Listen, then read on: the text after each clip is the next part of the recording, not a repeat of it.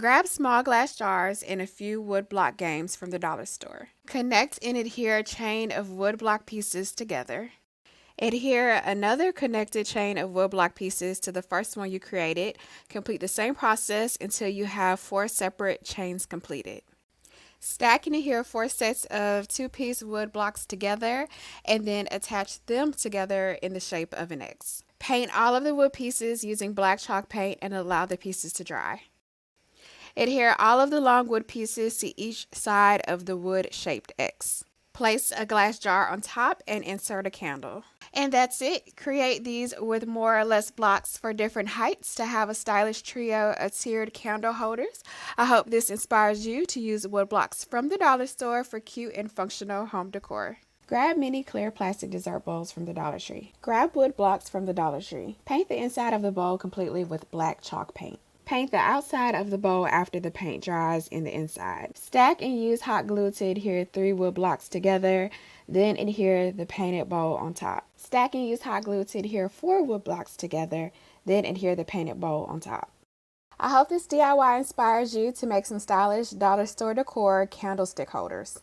I'm starting by drilling a hole into the top of the jar lid, just big enough to put a wooden dowel through. Now in each of these ornaments, I want to drill a hole opposite from the opening, so on the bottom of the ornament. Make sure these are plastic and drill very slowly so you get a nice clean hole and it doesn't crack. Then I'm going to slip the ornaments over the dowel. And then finally I'm going to use a strong glue to attach a jar lid to the very top. And once that glue dries, I'm going to take this outside and spray paint it a metallic silver. They would work really well for Christmas, but honestly, with the disco ball look, these are going to be fun all year round. I picked up some glass candle holders and a pack of plastic spoons. I'm starting by just snipping off the handle of the spoons. Can discard the handle, I want to hang on to the spoon part. Now using some hot glue, I'm just gluing the spoons around the top of the candle holder. I'm going to create about 3 layers here. I want to leave an opening in the center so I could use this for a taper candle, but I also want a flat enough base that I can put a small tea light in there too. Now I want to paint the whole thing. I grabbed some metallic gold spray paint and I spray painted everything, the glass and the spoons, to give it one cohesive look. Now I can add in a taper candle or a tea light, and these are a beautiful, inexpensive candle holder. Grab a basic glass vase from your local dollar store. Then fill a plate with about 1/2 inch of clear diamond dust. Apply clear craft glue to the bottom and middle of the glass vase with a sponge brush. Don't worry about creating an even line toward the top of the vase. You actually want this to be uneven for the final result. Roll the vase in the plate of diamond dust, making sure to roll all areas that have been brushed with craft glue. Let this dry completely. Then, to add more iciness, add more craft glue over the top of the dried diamond dust. Once again, roll the vase in the plate of diamond dust. You can do this as many times as you want to create the look of thick ice covering the outside of the vase. Fill the empty vase with clear twinkle lights for an elegant and icy glass votive for the holidays and throughout the winter. Shop for a clear glass candle votive. Wrap rubber bands around the top and sides of the glass votive. You can create any pattern that you want. Just make sure that the rubber bands lay flat against the glass. Pour some craft paint into a small dish and then pour in some baking soda. Stir well to incorporate them together. With a small brush, begin to brush and pounce the paint onto the surface of the glass votive, the surfaces that are not covered with rubber bands. Once you have painted the entire outside of the jar, let it dry completely. Once dried, take some scissors and snip off the rubber bands.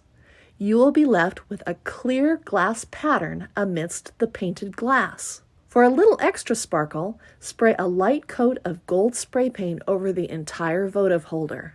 Place your lighted votive candle inside and enjoy the interesting glow from your textured painted glass votive.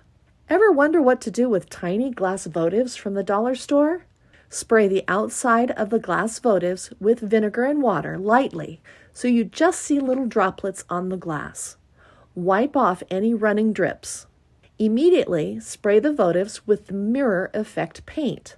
Then follow up with one more light spritz of the vinegar and water. You can use the paper towels to manipulate the paint to create an interesting abstract finish on the glass. Repeat this process until you achieve the look that you want. Sprinkle some fake snow into a tray and line up your metallic glass votive holders. Fill with votives and light the candles for a beautiful display. Even better, place the tray of candles in front of a mirror for double the glow. I hope this inspired you to get creative with dollar store glass containers and make beautiful, glowing home decor. I grabbed a scrap 4x4 from my wood pile and gave it a rough sand on all sides and edges with 80 grit sandpaper followed by 120 grit sandpaper. I divided the wood into thirds and drew 2 lines down the top. I evenly spaced out 18 marks alternating on either side so the marks were staggered. I used a 3/4 inch drill bit to drill holes in each mark. In order to make sure the depth was the same, I put painter's tape on the drill bit to know how far to drill for each hole. I placed some 120 grit sandpaper around a carpenter's pencil and sanded the edges of the holes. This worked really well. Next, I cleaned it with a tack rag and then applied pre-stain conditioner and let it sit for 30 minutes. I applied the pre-stain with a brush and rubbed the excess off with a clean rag. I used a lone sock to apply a dark brown stain of a color I had pre-mixed. While that was drying, I grabbed some white tapered candles and let them soak in very warm water but not boiling. After 5 to 10 minutes, I used a rolling pin to roll out the middle and then I gently twisted the candle.